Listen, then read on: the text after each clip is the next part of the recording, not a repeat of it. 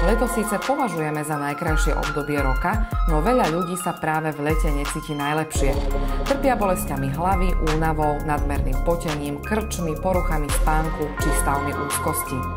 Najčastejšie tieto poruchy sú tzv. Psychosomatické alebo vegetatívne poruchy, ktoré nie sú, aj keď sa jedná o konkrétne symptómy konkrétneho orgánu, nie sú spôsobené priamo problémom v tomto orgáne, ale nervovým systémom. Napríklad finišovali študenti alebo tínedžeri finišovali v škole pred koncom roka, bolo dlho, boli vo výpätí, v strese a preto v lete, práve keď už by mal byť teda nastať relatívny kľud, tak sa demaskujú práve tieto psychosomatické prejavy.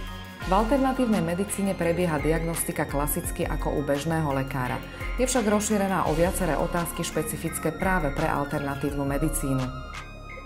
Pretože v čínskej medicíne sú pojmy ako yin a yang a jeden je aktívnejší cez deň a aj symptómy sú cez deň, iný je v noci, iný je v horúcom prostredí, iný v chladnom prostredí. Čiže preto tie otázky sú špecifické, niektoré až sú zvláštne a čudné, ale nám veľmi plasticky otvárajú vlastne tie možnosti potom ďalšie, hlavne tie terapeutické možnosti, ktoré potom po tej kompletnej diagnostike u toho pacienta spravíme. Diagnostika sa vykonáva prostredníctvom unikátneho prístroja BICOM, ktorý je založený na princípoch elektromagnetického vlnenia.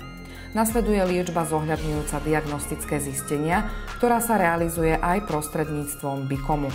Je zameraná predovšetkým na harmonizáciu imunitného, nervového a hormonálneho systému. Súčasťou terapie je liečba prostriedkami tradičnej čínskej medicíny, ako akupunktúra či fitoterapia.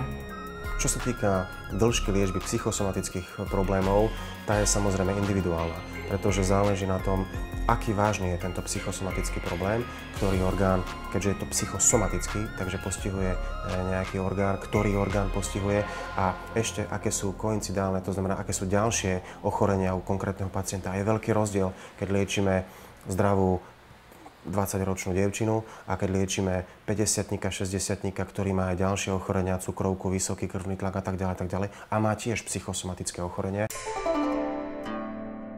Možnosti modernej medicíny sú v oblasti psychosomatických ochorení veľmi obmedzené. Často sa užívajú rôzne druhy anxiolitik, čiže lieky, ktoré sú na úzkosť alebo dokonca neuroleptik, antidepresív, proste, ktoré ten pacient musí užívať dlhodobo. Ten efekt nie je spravidla veľmi dobrý a vzniká samozrejme tolerancia na tieto lieky, vzniká závislosť na tieto lieky, častokrát môžu vzniknúť alergické reakcie, ale toto je prírodná medicína, či už týmto elektromagnetickým vlnením, alebo rôznymi druhmi bylín z Číny, vyrobenými presne na mieru toho pacienta, na jeho poťaže a ťažkosti, alebo akupunktúrou, kedy sa zvážia všetky ostatné možnosti.